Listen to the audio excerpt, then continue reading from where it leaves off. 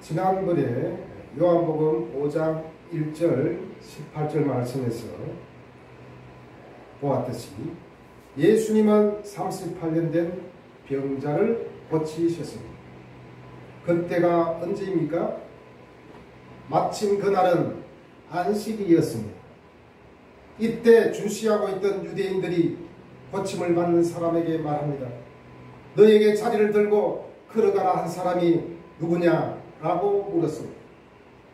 그러나 그는 모른다고 하였습니다. 그 고침받은 사람은 성전에 가게 되었습니다. 그때 자기를 고친 사람이 예수님이라는 것을 알았고 유대인들에게 가서 자신을 고친 이는 예수라고 말하였습니다. 말씀에 나오는 유대인들은 그냥 평범한 백성들이 아니라 지도자예요. 특히 장로들, 통치자들, 서기관 같은 그런 사람들입니다. 군중들이 아니라 유대인 지도자들이었습니다. 그때 유대인들의 반응은 어땠습니까? 그들은 하나님께 영광 돌려야 함에도 불구하고 그들은 찬양으로 충만한 대신 정오로 충만하였습니다. 그들은 오히려 예수님을 죽이려고 하였습니다. 유대인들은 십계명 외에 자신들이 덧붙여 만든 안식일법에서 의로 행위를 할 수 없었습니다. 그리고 환자가 가지고 있는 들것을 몸에 붙인 채로 가면 괜찮은데 그것을 들고 가면 안식일 규칙을 어기는 것이 됩니다. 유대인들은 안식일에 병자를 고칠 수 없기에 안식일을 예수님께서 어긴 것입니다. 더군다나 다른 사람에게도 안식일 규칙을 어기게 했으니 그들에게 이제 딱 끌렸습니다. 본격적으로 이제 예수님을 박해하기 시작한 계기가 되었습니다. 예수님도 이제 더 이상 피하기만 하실 수 없는 그런 상황이 되었습니다. 예수님은 반격하기 시작합니다. 지금까지는 예수님의 말씀이 띄엄띄엄 있었지만 오늘은 처음으로 많은 분량의 예수님의 말씀이 시작됩니다. 예수님은 뭐라고 반격을 시작하셨습니까? 17절에서 아버지께서 이제까지 일하시니 나도 일한다. 이때 유대인들은 완전히 분노가 폭발하고 말았습니다. 18절에 보면 유대인들이 이로 말미암아 더욱 예수를 죽이고자 하니 라고 했습니다. 안식일을 어기는 것도 모자라 예수님은 하나님을 자기의 친아버지라 하였기 때문에 그리고 하나님과 동등으로 삼는다라고 했기 때문에 신성모독을 하나 더 추가하게 되었습니다.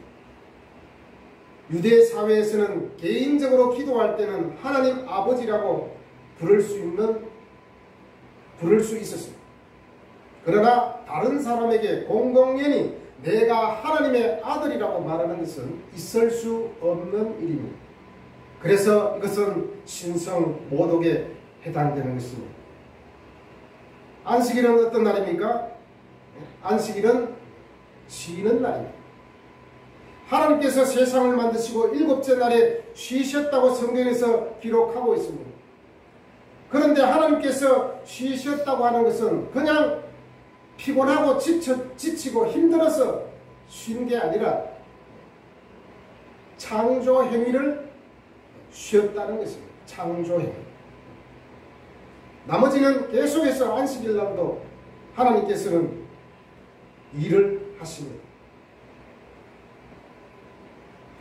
하나님께서 안식일을 제정하신 것은 바로 하나님 자신을 위한 것보다도 오히려 인간인 우리들을 위해 제정했다는 것입니다.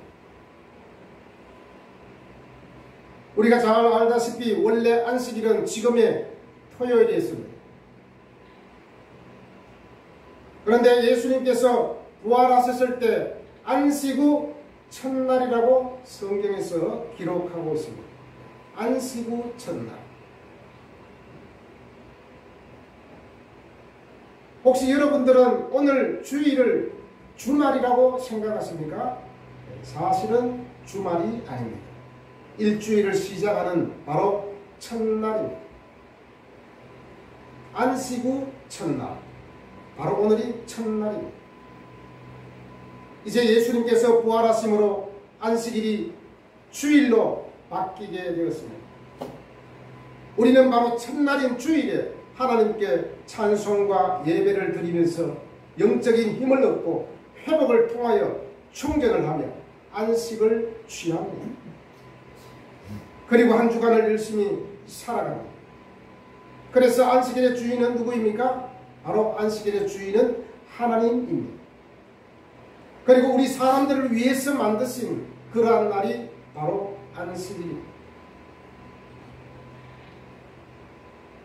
우리가 일반적으로 세상에 법이 존재하는 이유는 무엇입니까? 국민들의 안전과 질서와 평화를 유지하기 위해서 법이 필요합니다. 우리나라에 있는 이 법은 절대로 사람을 괴롭히려고, 얽매게 하려고, 죽이려고 만든 법이 결코 아닐 것입니다. 법이 없다면 우리는 못 살아갈 겁니다. 법이 있기 때문에 우리는 안전하게 지금 이곳에서 예배를 할 수 있습니다. 하나님이 주신 율법도 마찬가지입니다. 율법 자체를 위해서 존재하는 것이 아니라 바로 사람을 위해서 존재합니다. 안식일도 마찬가지입니다. 사람을 얽어매고 괴롭히려고 있는 것이 아니라 생명과 회복을 위해서 있다는 것입니다. 그런데 유대인들은 자신들의 전통에 매여 병고침을 받은 사람을 격려하고 박수를 쳐주고 자비의 마음이 있어야 하는데 그렇지 못했습니다. 그리고 영적으로 무지했습니다. 메시아가 바로 그 앞에 있는데도 불구하고 그들은 알지 못했습니다. 기독교가 무엇입니까? 기독교는 예수님을 한자에서 기독이라고 합니다. 그래서 기독교입니다. 다른 말로 하면 예수교입니다. 차라리 예수교가 더 좋지 않겠습니까? 그렇다면 기독교에서 가장 중요한 것이 무엇입니까? 그것은 바로 예수님을 하나님의 아들로 믿는 것입니다. 예수교는 예수가 하나님의 아들이라는 것을 믿는 종교입니다. 예수님께서 제자들에게 너희는 나를 누구라 하느냐라고 물었을 때 베드로가 대답했습니다. 주는 그리스도시요 하나님의 아들입니다. 베드로의 고백이 우리의 신앙 고백이 되어야 합니다. 제가 강도사 고시를 보고 목사 고시를 볼 때 면접관들이 면접하는 목사님이 반드시 이 질문을 했습니다. 주는 그리스도시요 하나님의 아들입니다. 이것이 받아들여집니까? 이것을 신앙 고백으로 믿고 있습니까? 네, 이 질문을 했습니다. 아주 상식적이고 당연한 것 같지만 이 질문은 반드시 필요합니다. 우리 스스로에게도 필요합니다. 영국 교회가 왜 질이 멸렬하게 됐는지 아십니까? 예수님을 하나님의 아들이라는 사실을 믿지 않는 사람들이 많아졌기 때문입니다. 자유주의가 판을 치고 있기 때문입니다. 종교개혁은 유럽에서 일어났습니다. 그러나 유럽 교회들이 다 문을 닫고 교회가 술집으로 변화가고 있습니다. 왜 그렇습니까? 예수님은 하나님의 아들이라는 이 사실을 자유주의자들은 믿지 않습니다. 그래서 오늘날 그렇게 되었습니다. 어떤 사람들이 교회에 나와서 함께 찬송을 부릅니다. 그리고 함께 기도를 합니다. 모든 예배와 교회 모든 행사에 참여합니다. 그런데 문제가 뭡니까? 예수가 하나님의 아들이라는 사실을 믿지 않는 것입니다. 한마디로 종교 생활을 하는 거죠. 예수를 하나님의 아들이라고 믿지 않은 사람도 예배에 열렬하게 예배에 참석합니다. 그러나 예수가 하나님의 아들이라는 사실을 믿지 않은 사람들이 오늘날 많이 있다는 것입니다. 그리고 그들은 하나님의 다스림을 믿지 않습니다. 하나님의 통치하심을 믿지 않습니다. 그렇기 때문에 자기 마음대로 살아가는 거죠. 그리고 이들은 그리스도 예수께서 죄인을 구원하시려고 세상에 오셨다는 것을 받아들이지 않습니다. 나하고는 상관이 없다고 생각합니다. 단지 교회에 와서 찬송하고 예배함으로 말미암아 내 마음이 평안해지는 것, 그것을 원하는 것이죠. 디모데전서 1장 15절에 말씀합니다.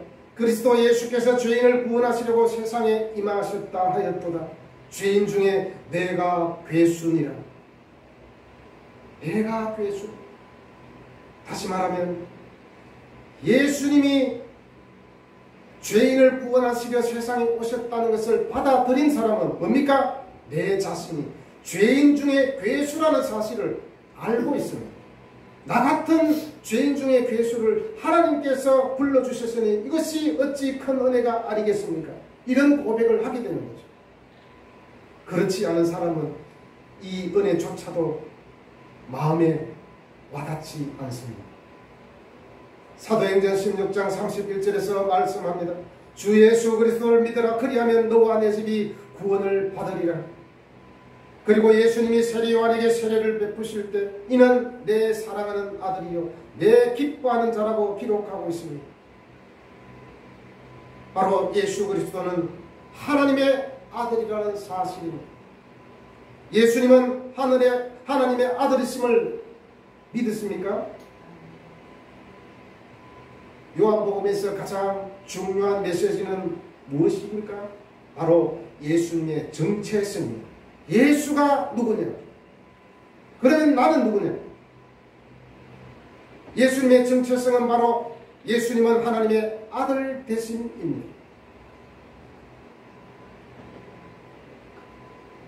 그를 믿는 자는 심판을 받지 아니하는 것이요 믿지 아니하는 자는 하나님의 독생자의 이름을 믿지 아니하므로 벌써 심판을 받은 것이니라고 예수님께서 말씀하셨습니다. 오늘 19절 29절 보겠습니다. 자, 19절 20절 21절 22절까지 제일 앞에 왜냐하면이라고 붙이고 봐야 됩니다. 왜냐하면 19절에서 그러므로 있죠. 그러므로도 왜냐하면 그리고 예수님께서 설명합니다. 왜 내가 안식일날 38년 된 병자를 고치고 안식일날 일을 한 것에 대해서 이유에 대해서 예수님은 설명하고 있습니다. 자, 19절 길지만 왜냐하면 하나 붙이고 읽겠습니다. 시작. 왜냐하면 진실로 너희를 아들이 아버지께서 하시는 일을 보지 않고는 아무것도 스스로 할 수 없는 아버지께서 행하시는 것을 아들도 그와 같이 행하리라.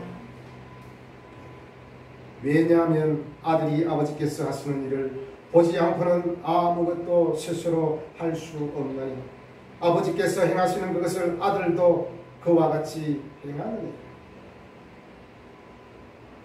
이 말씀은 사실 유심히 살펴보아야 됩니다. 어떤 이상한 자유주의자들은 그 말씀 중에 아무것도 스스로 할 수 없다. 여기만 딱 떼가지고 이렇게 말합니다. 아, 이것 봐라. 스스로는 아무것도 할 수 없으니 예수님은 흠이 있는 것이다. 이렇게 자유주의자들은 해석하고 있습니다. 딱 떼어내어서 말합니다. 그 말이 아닙니다. 아들이 독자적으로 행할 수 없다는 것을 물론 말씀하는 것입니다. 아무것도 스스로 할 수 없다는 아무것도 스스로 할 수 없다는 것은 수동적이고 하나님께 종속되었다는 뜻이 아닙니다. 바로 아버지와 일치하다는 뜻입니다. 일치하다. 그래서 예수님께서 하나님의 아들이라는 완벽한 증거라고 말하는 것입니다. 그리고 간접적으로는 예수님 자신이 바로 하나님이라고 선언하는 것이기도 합니다. 아버지가 행하는 것을 보고 그대로 행할 수 있는 분은 오직 아버지처럼 큰 이일 수밖에 없고 아버지처럼 하나님일 수밖에 없기 때문에 그래서 신성모독으로 몰아붙였습니다. 사실은 예수님이 안식일의 주인임에도 불구하고 그들은 주인을 발견하지 못하고 마치 주인을 무는 강아지와 똑같죠. 주인을 모르고 주인을 무는 강아지. 메시아가 그 앞에 있는데도 불구하고 그들은 정오하고 오히려 죽이려고 대들었습니다.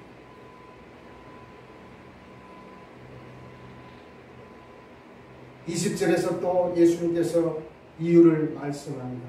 왜냐하면 아버지께서 아들을 사랑하사 자기가 행하시는 것을 다 아들에게 보이시고 많은 부모들은 가능하면 자기 자식에게 모든 것을 주려고 합니다. 모든 것을 물려줍니다.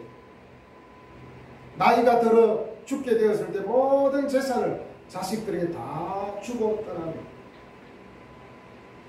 가능하면 부모가 갖고 있는 것을 다 정수하기를 원합니다.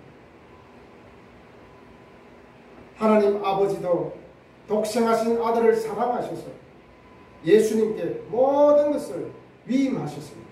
모든 것을 보이시고 알려주셨습니다. 그리고 예수님의 모든 권위의 근원은 하나님 아버지의 사랑입니다. 성경에서 예수님을 하나님의 독생자로 표현하고 있습니다. 여기서 독생자라는 것은 하나밖에 없는 아들이다 라고 하는 것보다도 유일한 분이라는 것입니다. 유일한 분.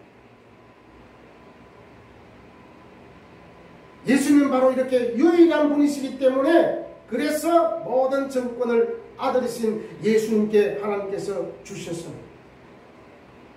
그러면서 예수님은 또 뭐라고 말씀합니까? 더 큰 일을 보이사 너희로 놀랍게 여기게 하시리라 그렇게 말씀합니다. 더 큰 일과 놀랍게 여기게 하실 일이 도대체 무엇입니까? 21절 22절에 잘 나와 있습니다. 죽은 자들을 바로 살리는 일이며 하나님이 예수님께서 심판의 권한을 주신 일입니다. 21절 보겠습니다. 왜냐하면 아버지께서 죽은 자들을 일으켜 살리심같이 아들도 자기가 원하는 자들을 살리느니라. 그래서 38년 된 병자를 고치셨으며 죽은 나사로를 살리셨습니다. 그리고 22절 왜냐하면 아버지께서 아무도 심판하지 아니하시고 심판을 다 아들에게 맡기셨으니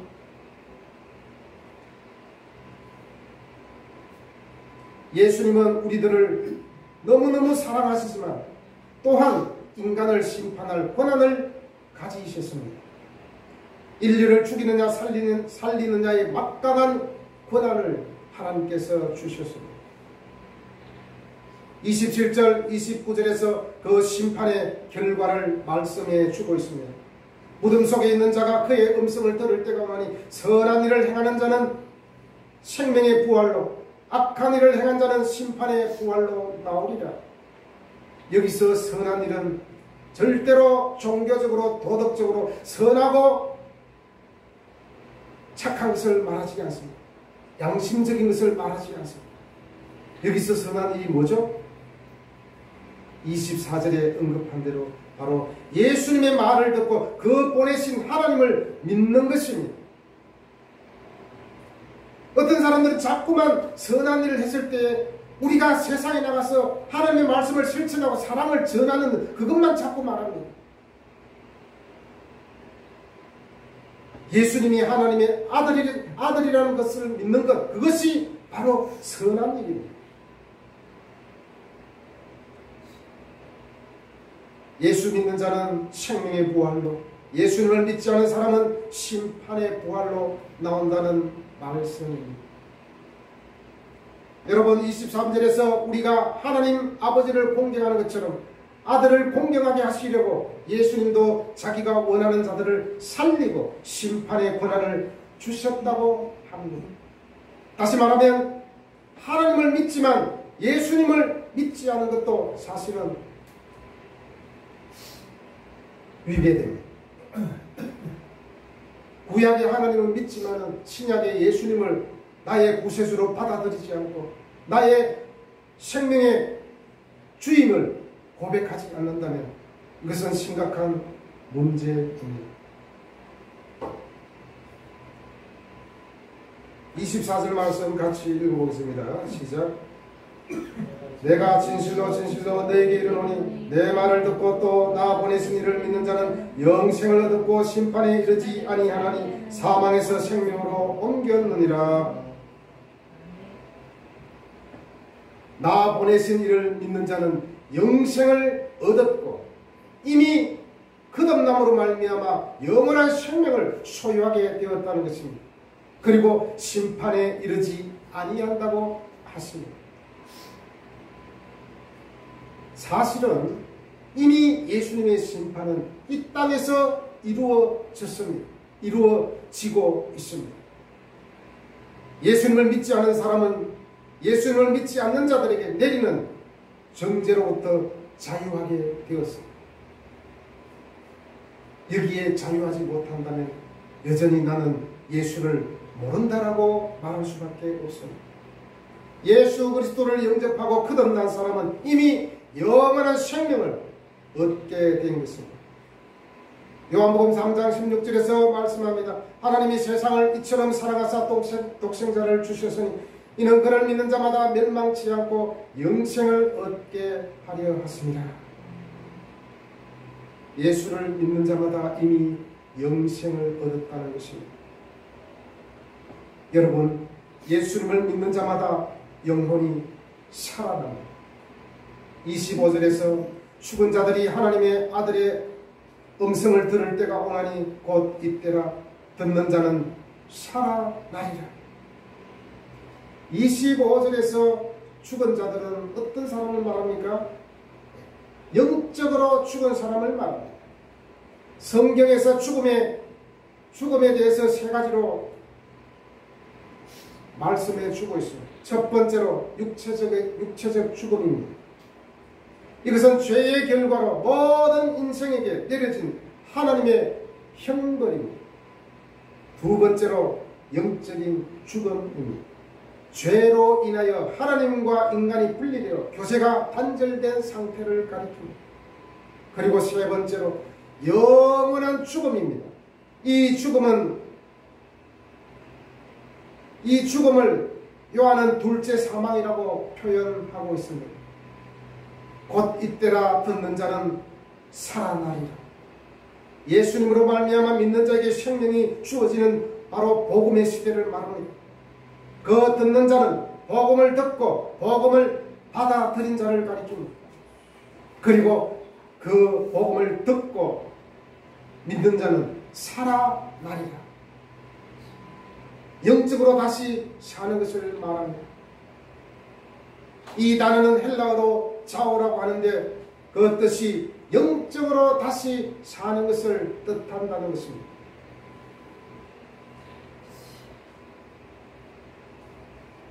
그러므로 보내신 자를 믿을 뿐만 아니라 보내심을 받은 자가 하나님의 독생자이심을 믿는 자는 심판에 이르지 않고 영원히 살 것입니다. 영적으로 죽은 자들은 몸은 살아있으나 실상은 영원히 죽은 자들을 말합니다. 그들은 예수님의 말씀을 듣고 믿지만 예수님의 말씀을 듣고 믿는 자는 영적으로 살아나는 기적이 일어납니다. 사람은 이성적인 존재이지만 영적인 존재입니다. 영적으로 죽은 사람은 영원한 죽음으로 향하지만 영적으로 살아있는 사람은 영원한 생명으로 달려갑니다. 그리고 영적으로 살아있는 사람은 어떠한 상황에서도 절망하지 않습니다. 그리고 생기가 있습니다. 예수 믿는데도 정신적으로 혼란하고 정신적으로 문제가 있는 것은 어떤 면에서는 신앙에 문제가 있다고 저는 생각합니다. 분명히 그렇습니다.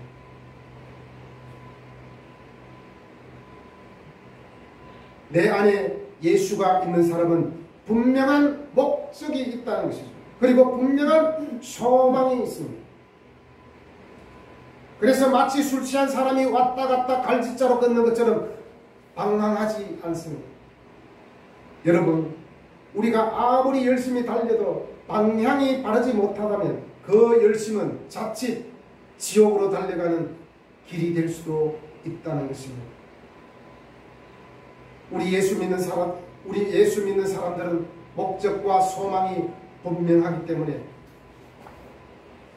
그리고 방향도 바르기 때문에 흔들리지 않고 달려가는 것입니다. 예수를 알지 못하는 사람은 분명한 목적이 없기 때문에 향방을 구분하지 못하고 바람처럼 이리저리 왔다 갔다 하다가 인생을 마치게 되는 거죠. 여러분, 인생의 진정한 목적을 모르고 무엇을 해야 될지 여전히 모르고 있습니까? 그렇다면 예수님을 바라보십시오. 예수님을 붙잡으십시오. 예수님을 아직 영접하지 않았다면 마음문을 열고 예수님을 영접하십시오. 요한복음 3장 3절에서 말씀합니다. 진실로 진실로 내게 이르노니 사람이 거듭나지 아니하면 하나님의 나라를 볼 수 없느니라. 거듭나지 않은 사람은 하나님이 주신 평안을 도무지 경험할 수 없습니다. 왜냐? 내 안에 예수가 없기 때문입니다. 그저 불안합니다. 이 땅이 영원할 것처럼 살아갑니다. 그러나 언젠가는 소멸하고 말 것입니다. 여러분, 예수님을 믿고 마음에 영접하는 사람은 비로소 길이 보입니다. 예수를 알지 못하면 우리의 길이 도무지 보이지 않습니다. 안개 너머에 길이 있는지 없는지 알 수가 없습니다. 그러나 믿는 사람들은 아무리 안개가 우리 인생 가운데 끼어 있다 할지라도 그 너머에 뭐가 있는지 우리는 알고 있다는 것입니다. 이것이 예수 믿는 사람입니다. 여전히 인생의 참된 목적을 모르고 영적으로 방황하고 계시는 분이 있습니까? 그렇다면 예수님께 집중하십시오. 이제 영적 방황을 멈추십시오. 주는 그리스도요 살아계신 하나님의 아들입니다. 라는 분명한 신앙 고백으로 영생을 소유한 사람처럼 살아가십시오. 내 안에 이루시는 분은 예수 그리스도입니다. 내 스스로 뭔가 해보려고 내 스스로 몸부림치지 마십시오. 내 안에 이루시는 분은 예수 그리스도라는 사실을 항상 기억하고 인식해야 됩니다. 그래야만 절망하지 않습니다. 이것을 믿고 이 악한 세상을 이기는 힘있는 그리스도인이 되시기를 바랍니다.